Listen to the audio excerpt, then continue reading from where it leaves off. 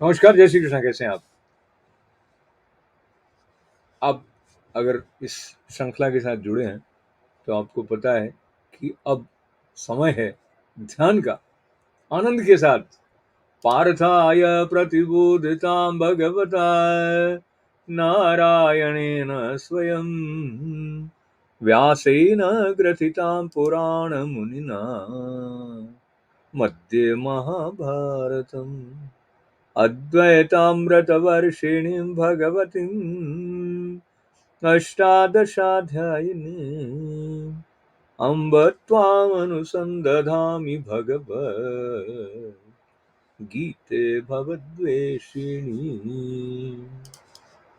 देखिए, हम सनातन परंपरा में, हिंदू परंपरा में ऐसे ऋषियों के वंशज हैं जो बहुत बुद्धिमान। उनकी मेधा के बारे में हम कहने की स्थिति में भी नहीं, इतनी मेधा उनकी। तो अभी जो हमने ध्यान श्लोक किया, इसके अंत में उन्होंने क्या कहा? पार्थाय प्रतिबोधताम भगवताम नारायण स्वयं व्यासेन ग्रथिताम पुराण मुनिना मध्ये महाभारतम अद्वैतामृत वर्षिणीं भगवतीम अष्टादशाध्यायिनीं अम्ब त्वाम अनुसंधतामि भगवत। तो अनुसंधान कर रहे हैं, अनुसंधान करते हैं, कुछ आविष्कार होता है, कुछ नया मिलता है अनुसंधान करने से। तो अनुसंधान वहां किया जाता है जहाँ एकदम देखते ही सब कुछ पता नहीं चलने जा रहा है। तो जैसे जैसे अनुसंधान श्रद्धा से करते हैं तो कुछ नया नया अर्थ भी, प्रेरणा भी, स्पष्टता भी हमारे लिए खुलती है। इसलिए अनुसंधान कर रहे हैं, और श्रद्धा के साथ अनुसंधान कर रहे हैं, निष्ठा के साथ अनुसंधान कर रहे हैं। तो निष्ठा और श्रद्धा और अपने भीतर के सत्य से जुड़ने की कामना, वैसे तो कामना से परे जाने की बात है, पर अपने सत्य से जुड़ने की कामना लेकर जब हम आज आगे बढ़ने वाले, तो आज मैं आपके साथ पांडुरंग शास्त्री अठावले जी को, जिनको दादाजी संबोधन करते हैं, जो स्वाध्याय परिवार के मुखिया हैं, उनका भी गीता पर बहुत सभी का रहा है, मतलब उनका भी रहा। तो उनकी बातों में से कुछ बात लेकर आगे बढ़ेंगे। इसी श्लोक पर जो उनकी व्याख्या, जो कि 17वां श्लोक है, उसमें उन्होंने जो बात कही है वो प्रमाद और मोह को लेकर कही है। वहां तक जाने से पहले श्लोक देख ही लेते हैं, अच्छा लगेगा आपको। क्या ख्याल है आपका कि कहाँ गया 17वां श्लोक? ये रहा। सत्वात् संजायते ज्ञानम रजसो लोभ एव च प्रमाद मोहौ तमसो प्रमादो प्रमाद मोहो तमसो भवतो ज्ञानमेव च। इसका अर्थ है, सत्वगुण से ज्ञान, रजोगुण से लोभ और तमोगुण से प्रमाद, मोह और अज्ञान की उत्पत्ति के बारे में बता रहे हैं कि सत्वगुण से तो ज्ञान उत्पन्न होता है और रजोगुण से निस्संदेह लोभ उत्पन्न होता है और तमोगुण से प्रमाद और मोह उत्पन्न होते हैं और अज्ञान भी होता है। तो ये इतने दिन से हम इसको समझने की कोशिश करें, सत्वगुण का क्या प्रभाव है, तमोगुण का क्या प्रभाव है, रजोगुण का क्या प्रभाव, उसी श्रृंखला में और स्पष्टता दे रहे हैं भगवान अपने श्रीमुख से। तो सत्वगुण से ज्ञान उत्पन्न होता है, और ज्ञान कौन सा वाला ज्ञान उत्पन्न होता है, इस पर भी चिंतन करने की आवश्यकता है। पर ये वो ज्ञान है जो कि ब्रह्म ज्ञान है, क्योंकि पूरी श्रीमद् भगवद गीता जो है वो ब्रह्म तत्व की स्पष्टता का प्रतिपादन कर रही है। हर एक अध्याय के अंत में ब्रह्म प्राप्ति वाला जो संदर्भ है वो आता ही आता है। तो सतोगुण जो है वो ज्ञान उत्पन्न करता है, और रजोगुण है उससे लोभ होने के साथ साथ में अपने अहंकार को बढ़ाने वाले ढंग से कार्य करने की जो वृत्ति है वो बढ़ जाती है।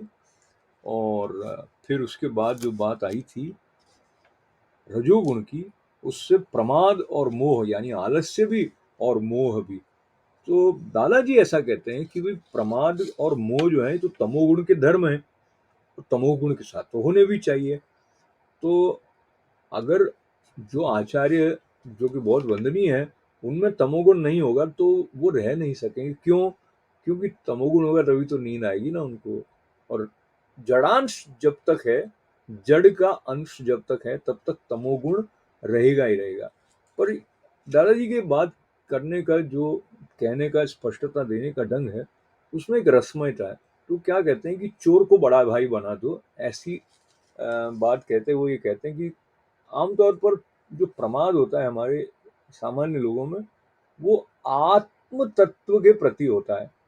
तो महापुरुष क्या करते हैं, ईश्वर की प्राप्ति की जो प्रवृत्ति है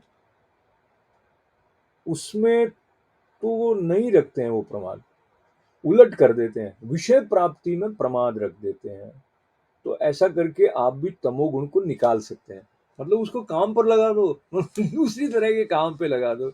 ये बात कहने का जो ढंग है, उसका नमन, उसका वंदन करते हुए दूसरी बात दादाजी ने याद दिलाई इस संदर्भ से कि निष्कामता जो है वो गुणों के परे ले जाने में सहायक होती है।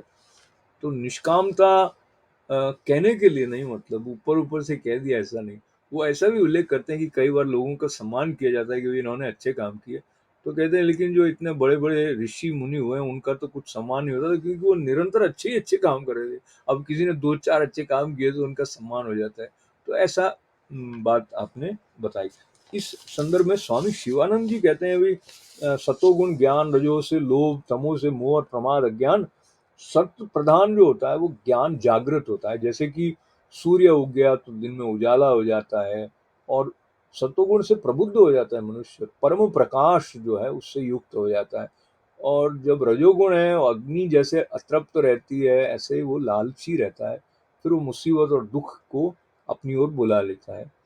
अज अतृप्त कामनाएं जो होती हैं उनका वो पुंज बन जाता है लोभ के कारण, और मनुष्य असंवेदनशील हो जाता है।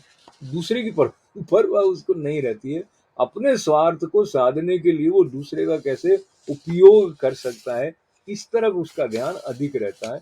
ये सब बातें बता रहे हैं स्वामी शिवानंद जी की वाणी का आधार लेते हुए। अच्छा, तमस जो है वो दूरदृष्टि का अभाव है, प्रमाद, निद्रा और अज्ञान है। तामसिक मनुष्य भविष्य के परिणाम के बारे में नहीं सोचता, स्वयं को देह मानता है, और कई बार वो देहिक सुख में अगर कोई बाधा बन जाए तो उसकी आलोचना भी कोई कर रहा हो तो उससे झगड़ता है। बदला लेने को, प्रतिकार के लिए, पाप आचरण के लिए तैयार रहता है। उसको पता नहीं है कि किस बात का कैसा रिस्पॉन्स हो, क्या अनुपात होना चाहिए। तो संतुलन भी नहीं होता है, गरिमा भी नहीं होता है। ये सब किस कारण से? तमोगुण की प्रधानता के कारण से। 18वां श्लोक कहता है, गुणानेतानंतित्य, गुणानेतानतित्य त्रिंदैदे समुद्भवान। ये तो मैं कुछ गलत कर गया। 18वां तो ये है, ऊर्ध्वं गच्छन्ति सत्त्वस्था, मध्ये तिष्ठन्ति राजसाः, जगन्य गुणवृत्तिस्था, अधो गच्छन्ति तामसाः। सतो गुण, तमो गुण, रजो गुण, इन गुणों के बारे में जैसे जैसे स्पष्टता बढ़ती जाती है, हम चाहे जो कार्य कर रहे हैं उसमें और अधिक विकसित हों, योगी बन जाएं, इसकी संभावना बढ़ जाती है। तो 18वें श्लोक का अर्थ बताया, सत्वगुण में स्थित पुरुष स्वर्ग आदि उच्च लोकों को जाते हैं, राजस पुरुष मध्य में यानी मनुष्य लोक में ही रहते हैं, और तमोगुण के कार्य रूप निद्रा, प्रमाद और आलस्य आदि में स्थित तामस पुरुष अधोगति को यानी कीट, पशु आदि नीच योनियों को और नरकों को प्राप्त होते हैं।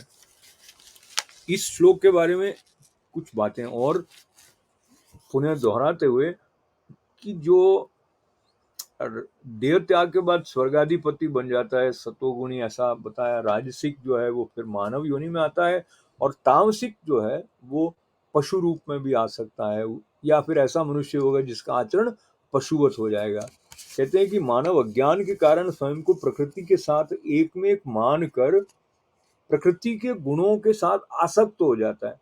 इसी से गर्भ धारण किस रूप योनि में हो रहा है इसका निर्धारण इससे होता है। तो गुणों का स्वभाव, उनके द्वारा होने वाली क्रिया और तीनों गुणों का प्रभाव भगवान ने बताया।